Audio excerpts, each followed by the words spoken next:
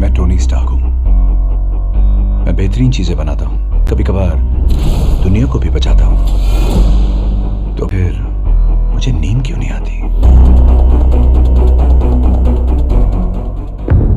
X Men days and future past के most powerful robots sentinels से तो हम बखूबी वाकिफ हैं, लेकिन क्या आप जानते हैं मार्वल कॉमिक्स में आयरन मैन ने एक बार अपनी खुद की सेंटिनल्स आर्मी बनाई थी, जिन्होंने एक्समैन से ज्यादा शिकार किए थे। स्टार्क सेंटिनल्स का मार्वल यूनिवर्स में गहरा और काला इतिहास है। सेंटिनल्स की पावर्स के सामने एक्समैन पूरी तरह से लाचार थे। फ्यूचर सेंटिनल्स की एक्सट्रीम पावर्स को तो हम देख ही चुके हैं, लेकिन आयरन मैन के बनाए गए स्टार्क सेंटिनल्स क्या कर सकते हैं और वो किस हद तक खतरनाक हो सकते हैं, इसका पता लगाएंगे हम आज की इस वीडियो में। तो सुपर सीक्रेट को सब्सक्राइब करते हुए चलिए शुरू करते हैं। सेंटिनल्स को दुनिया में शांति बनाए रखने के लिए बनाया गया था, ताकि वो दुनिया में आने वाली मुसीबतों का सामना कर सके, लेकिन हालात के चलते उन्हें अर्थ के सभी म्यूटेंट्स को टारगेट करने और उन्हें खत्म करने के पर्पस से बदल दिया गया। तो अब बात करते हैं स्टार्क सेंटिनल्स की। आयरन मैन के पास सेंटिनल्स का अपना सीक्रेट वर्जन है, जो न केवल सिर्फ म्यूटेंट्स बल्कि अर्थ के सभी हीरोज को खत्म करने के लिए डिजाइन किए गए थे। स्टार्क सेंटिनल्स ने मार्वल कॉमिक बुक एक्सिस के इशू 1 में अपनी शुरुआत की थी। रेड ऑनस्लॉट के कंट्रोल में स्टार्क सेंटिनल्स ने अर्थ के आइकॉनिक हीरोज को लगभग मारकर ये साबित कर दिया था कि वो कितने खतरनाक हैं, और ये डेफिनेटली एक हीरो के फॉर्म में आयरन मैन के सबसे बुरे पलों में से एक था, यहाँ तक कि सिविल वॉर जैसी घटनाओं में किए गए अपराधों की तुलना में भी। आयरन मैन ने मार्वल के एक्सिस इवेंट के दौरान स्टार्क सेंटिनल्स का इन्वेंशन किया था।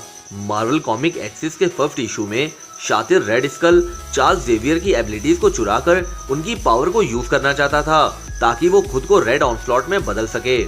उसकी इस हरकत ने एक्समैन और एवेंजर्स का ध्यान अपनी तरफ खींचा, और सभी सुपर हीरोज में रेड ऑनस्लॉट को रोकने के लिए आयरन मैन सबसे पहले पहुंचा, जो अपनी टेक्नोलॉजी के साथ रेड ऑनस्लॉट के टेलीपैथिक अटैक का मुकाबला करने में केपेबल था। मगर रेड ऑनस्लॉट के सामने आयरन मैन और बाकी हीरोज ज्यादा देर तक टिक नहीं पाए, क्योंकि वो पहले से ही टोनी की आर्मर टेक्नोलॉजी से वाकिफ था। और जब आयरन मैन अटैक करने के लिए रेडी नहीं था, तब रेड ऑनस्लॉट ने अपनी न्यू एबिलिटीज का यूज करके आयरन मैन के माइंड को रीड करके ये पता लगा लिया था कि सिविल वॉर के इवेंट के बाद से टोनी स्टार्क अपने दोस्तों को लेकर डरा हुआ है, और उसने इसी बात का फायदा उठाने का फैसला किया। रेड ऑनस्लॉट ने टोनी को काउंटर अटैक करने के लिए उकसाया और फिर उसकी यादों को मिटा दिया। इन काउंटर अटैक्स ने स्टार्क सेंटिनल्स का फॉर्म ले लिया, जो क्लासिक म्यूटेंट हंटिंग रोबोट से इंस्पायर्ड है। एडामेंटियम मेटल से बने वो रोबोट किसी भी सुपर हीरो का सामना करने में केपेबल थे, यहाँ तक कि वो खुद आयरन मैन को मारने के खतरनाक तरीके से करीब आ गए थे। मगर क्या आप जानते हैं स्टार्क सेंटिनल्स केवल विलेंस के एक ग्रुप से हार गए थे, क्योंकि उनको सिर्फ म्यूटेंट्स और हीरोज का शिकार करने के लिए बनाया गया था। ये ध्यान देने की बात है कि किसी लेवल पर आयरन मैन के पास अपने फ्रेंडली हीरोज और उनके पावर लेवल से बचकर रहने का एक जेन्युइन रीजन है, कुछ ऐसा जो टोनी स्टार्क ने पहली बार सीखा था जब उसने थॉर की रोबोटिक कॉपी बनाने में मदद की थी, जिसने लास्ट में गोलियत का मर्डर कर दिया था। इसी तरह आयरन मैन ने अपने कई इन्वेंशंस और प्लान्स अपने फ्रेंडली हीरो से छुपाए हैं, जिसके चलते वो कई बार मुसीबतों में फंसा है। रेड ऑनस्लॉट के खिलाफ लड़ाई के एंड में एक जादू जैसा होता है, जिसने टोनी की मोरालिटी को खत्म कर दिया और उसे अपने कहीं ज्यादा बुरे और लापरवाह फॉर्म में वापस ले आया।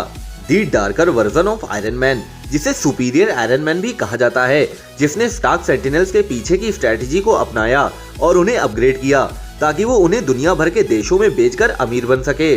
आयरन मैन का ये वर्जन म्यूटेंट पॉपुलेशन का सफाया करने के लिए बिल्कुल तैयार है, और इस प्रोसेस में बाकी के सुपर हीरोज भी स्टार्क सेंटिनल्स का टारगेट बन सकते हैं। टोनी के स्टार्क सेंटिनल्स उसके सबसे डरावने इन्वेंशंस में से एक हो सकते हैं, जो ये याद दिलाते हैं कि कैसे आयरन मैन की टेक्नोलॉजी गलत हाथों में बेहद खतरनाक हो सकती है।